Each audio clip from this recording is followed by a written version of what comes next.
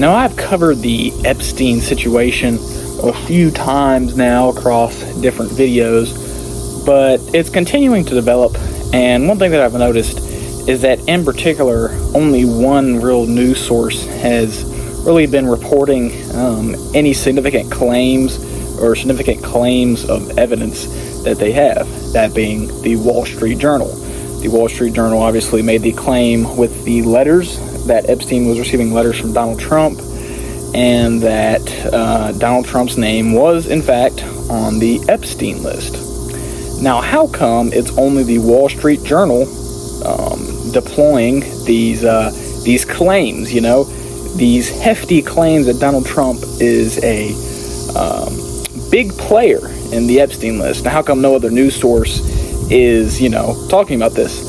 That's because I believe that there is a news embargo on the Jeffrey Epstein list and Epstein situation. Now, if you don't know what a news embargo is, that's okay, but pretty much it's very well documented that sometimes the government will tell news sources not to report on stuff. Obviously, because it's the government and they don't want it to, either for foreign affair reasons or other reasons that would make them look bad.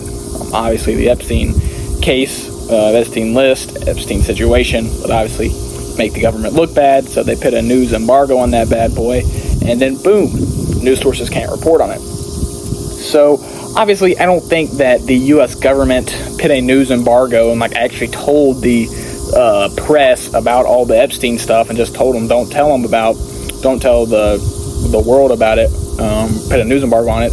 Obviously, I think there's some other inside sources and other information, a little bit of inside spies, or I got my sources. Maybe Wall Street Journal has some inside sources and whatnot that they somehow got information, went past the news embargo.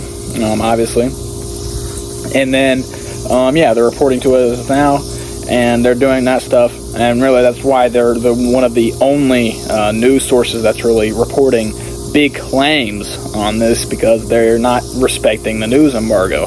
And obviously, that probably their thought would be, this is a big case. I'm not gonna sit here while we're protecting child molesters from a news embargo. So obviously they went ahead and got this out here.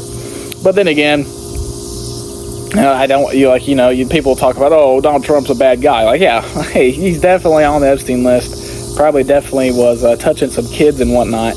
But, the reason he says that Democrats made the list, no, they didn't, because if they made the list, they would have released it when they were in office, buddy. And the only reason that it's not been released yet is because everybody in Washington, D.C. is on the list, Democrats and Republicans included. And obviously the Wall Street Journal either has an absorbent amount of hatred for Donald Trump and just wants to see him gone, so they're just getting that out there. They don't care what other people they take down with them, or they're just a more unaligned news source than previously thought. I don't really know if Wall Street Journal is really that aligned or whatnot, like what the public thinks about them. But yeah, so with that being said, I do believe that there's a obvious news embargo on Jeffrey Epstein, and that the Wall Street Journal might be getting around that a little bit. Obviously, it's a good thing, not blaming the Wall Street Journal, scrutinizing them. It's good stuff. Gotta get this situation solved. With that being said, stay safe and stay hydrated.